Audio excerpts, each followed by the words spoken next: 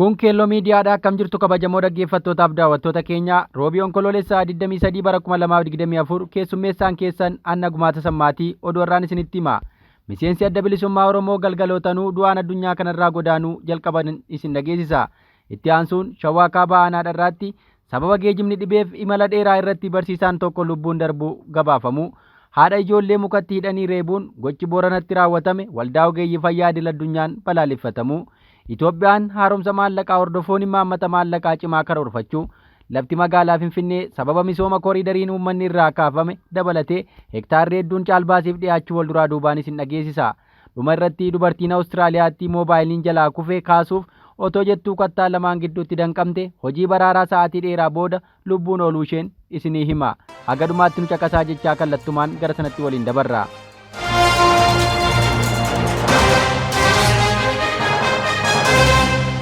Miseensa Adda Bilisummaa Oromoo Galgaluu Tanuu du'aan addunyaa kanarraa godaane.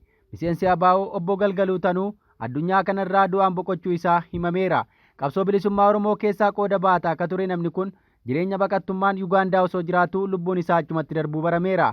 ABO'n ibsa gaddaa du'aan boqochuu miseensa isaa baase keessatti namni kun miseensa gumii sabaa akka ture caqaseera.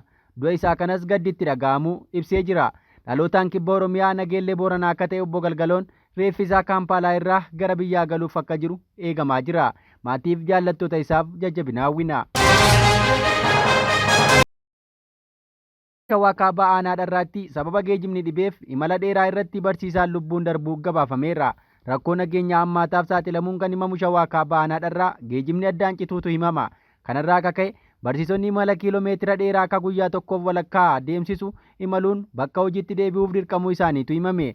Imala kanarra osoo jiranii barsiisaan Ayyaanaa Amanuu jedhamu deemsa halaalaa irraa akka ka'e lubbuun isaa darbuu gabaasni miidiyaa hawaasaa irraa argame hubachiisee jira. Odeeffannoo keelloon argateen barsiisaan kun bakka addaa Laga Jamaa jedhamu walankaa lafaatti lubbuun keessaa bahee jedhame. Bakki itti lubbuun darbe mana barumsaa irraas ta'ee bakka ka'irraa fagoo waan ta'eef hiriyoonni isaa karaatti awwaaluuf dirqamuu himameera. Barsiisaan kun dhalootaan Wallagga Lixaa ta'uun himamee imala guyyaa tokkoof walakkaan booda lubbuun isaa akka dabarte ta'uu barameera. Sababaan rakkoo kanaa tajaajilli geejjibaa danqamuu irraa maddaa jedhame. Dhimma kana baay'inaan miidiyaa hawaasaa irraa kan uummanni deddeemsisuun ala odeessi kallattiin argame gabaasa kana hanga qindeeffannetti hin argamne. Shawaa Kaabaadharraan haleellaa loltoota faannoon hedduu kanneen miidhaman naannolee Oromiyaa gaagaama waraanaa guddaa keessummeessan keessaa ishee tokkodha. Odeessa itti aanuun haadha ijoollee mukatti hidhanii reebuun gochi Booranatti raawwatame waldaa ogeeyyii fayyaa Oromoo idil-addunyaan balaaleffatame. Tibbana dhibdee abbaa manaaf haadha manummaa keessa ture irraan kan ka'e dubartiin haadha ijoollee taate mukatti hidhamtee akka garafamtu jaarsolii biyyaaf abbootii gadaa jedhaman murtii dabarsan jedhamuun himamaa ture. Murtii haadha ijoollee irratti darbe kana miidiyaa hawaasaan namoonni hedduun akkuma balaaleffataa turan jaarmiyaaleen hawaasaa ibsa baasuun balaaleffataniiru. Akka kanaan dubartiin haadha ijoollee taate mukatti hidhamtee bakka uummanni dhaabbatee ilaalutti abbaa warraatiin reebamuun yakka jechuun waldaan ogeeyyii fayyaa Oromoo idil-addunyaa balaaleffatee jira. Kushuu Bonayyaa abbaa warraa ishee waggaa 12 waliin jiraatte kan ilmaan 3 waliin qabaniif mukatti hidhamtee akka hin malletti reebamuun aan maleedha jechuun waldichi balaaleffateera.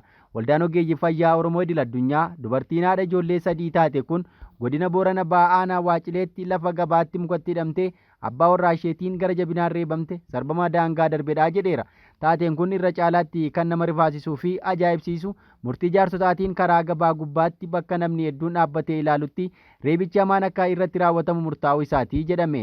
Gochi akkasii mirga dhala namaa sarbuu bira darbee hamaa fi hammeenya namummaa kan qabudha jedha waldaan ogeeyyii fayyaa Oromoo idil-addunyaa. Namoonni gochaa suukanneessaa kana raawwatan hundi yakka isaaniitiif itti gaafatamuu akka qaban IOHPN gaafateera. Kushuu Bonayyaa maatiin irraa dhalattee harka qalleeyyii waan ta'aniif gargaaramtee akka wal'aansa argattus waldaan kun waamicha taasisee jira. Aadde Darmii Jaarsoo abukaatoo hawaasaa fi hojjettuu fayyaa akka taate gochi gara jabinaan Kushuu Bonayyaa irratti raawwatame kun guddaa na gaddisiisaa jetteetti. Miidhamtuun kun ammayyuu wal'aansa gaarii akka argattuuf gargaarsi akka taasifamuuf gaafataniiru. Reebicha akka malee irratti raawwatameen boquun akka malee cabee waan jiruuf yeroo ammaa kushuun hospitaala hawaasaa keessatti yaalamaa jirti jedhame. Kushuun abbaa warraa ishee amma mukatti dheeree bicha irratti raawwate galgaloo waariyoo waliin bultii ijaarratanii waggaa 12 turanii ilmaan 3 waliin qabu jedhaniiru. Waldhabdee gidduu isaanii turee fi jaarsoliin dubbii kana ilaalan intalti dubbii jaarsaa fudhachuu didde jechuudhaan mukatti hidhamtee akka reebamtu ajaja dabarsan jedhamuun miidiyaa hawaasaan balaaleffatamaa ture. Oduu itti aanuun Itoophiyaan haaromsa maallaqaa hordofuun imaammata maallaqaa cimaa karoorfatte. Baankiin giddu galeessa Itoophiyaa haaromsa maallaqaa dhiyeenya kana taasifameen booda qaala'insa jireenyaa bulchuuf bara 2024 hafeef dhalaa olaanaa ni eega jedhan hoogganaan baankichaa Maammoo Miratu. Baankicha baatii adoolessaa keessa reetii ijoo isaa gara parsantii 15tti ol guddiseera. Kunis qaala'insa jireenyaa waggaa tokko dura parsantii 29 ture gara parsantii 17.5tti gadi buusaa jedhamee eegama. Haa ta'u malee gatiin fayyadamtootaa keessumaa kan nyaataaf gatiin birrichaan haalaan gadi bu'uu irraa akka ka'e ni dabala jedhamee eegama. Maammoon walgahii baankii addunyaa IMF waliin Waashingitan keessatti gaggeeffame irratti salphachuun hin jiraatu jechuun ibsaniiru. Itti dabaluudhaanis ejjennoo imaammata maallaqaa cimaa amma jiru gara fuulduraatti itti fufnaa jechuun murtoon daballii reetii dabalataa irratti murtaa'uu baatus haaromsi kun gabaa sharafa alaa bilisa gochuus kan dabalatudha jedhan. Maammoon qaala'insi jireenyaa mata duree fi nyaata dhumaa bara 2025tti parsantii 10 akka gadi bu'u eegaa akka jiran caqasaniiru. Mootummaan meeshaalee barbaachisoo ta'aniif deeggarsa yeroof kennaa akka jiru eeranii garuu yeroon darbaa deemuun kunneen marsaa marsaan kan dhabamsiifaman ta'uu eeraniiru.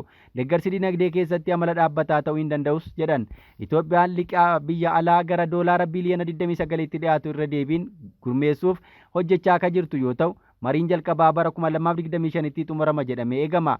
Erga haaromsa kanaan booda kuufamni biyya alaa dachaa 2 dabaleera. Haa ta'u malee baankiin giddu galeessaa haga ammaatti lakkoofsa sirrii hin ibsine.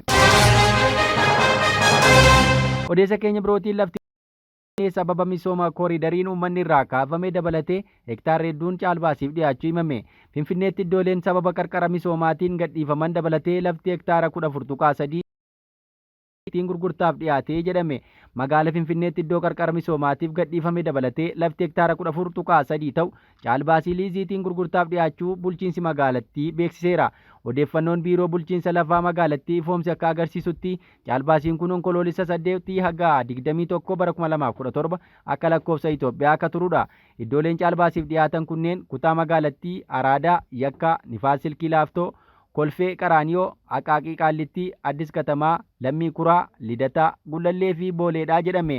Iddoowwan misooma qarqaraatiif qulqulleeffaman dabalatee bakkeewwan garaagaraa 285 yookiin iddooleen misoomaa hektaara 14.3 caalbaasiif dhiyaataniiru jedha ibsichi. Bulchiinsi magaalattii bara 2016 akka lakkoofsa Itoophiyaa iddoolee misoomaa akkasii marsaa 3 caalbaasiin hawaasaaf dhiyeessuu eeree jira. Oduu keenya dhumaatiin dubartiin Awustiraaliyaatti moobaayiliin jalaa lafa bu'ee kaasuuf otoo jettuu kattaa lamaan gidduutti danqamte hojii baraara sa'aatii dheeraan booda lubbuun oolte. Dubartiin Maatiliidaa Kaambel jedhamtu dhooqa meetira 3 kattaa lamaan gidduutti kakufte lafoo bashannanaaf otoo deemtuuti. Hojjettoonni yeroo hatattamaa hojii baraaruu sa'aatii 7 fudhateen dhakaa fooyyee baay'ee fonqolchuun booda ishee baraaruu danda'aniiru jedha BBC'n gabaasa isaatiin. Dhakaa kiiloogiraama 500 ulfaatu kaasuun boodas dubartii mataan gadi garagaltee danqamte baasuun rakkoo ta'ee ture. Hojjetaan yeroo balaa tajaajila ambulaansii Piiter Waatis hojii baraaruu waggaa 10 keessatti waan akkasii na mudateen beeku akkaan rakkisaa ture garuu ishee baasuutti gammannee jirraa jedhaniiru. Maatiliindaan warra lubbuu ishee baraaran galateeffattee bilbila garuu argachuu akka hin dandeenye ibsiteetti. Egaa dhaggeeffattoota keenyaa odeeffannoon har'aaf qabannee kana fakkaataa ka guyyaa boriin haga walitti deebinutti nagaan nuuf tura.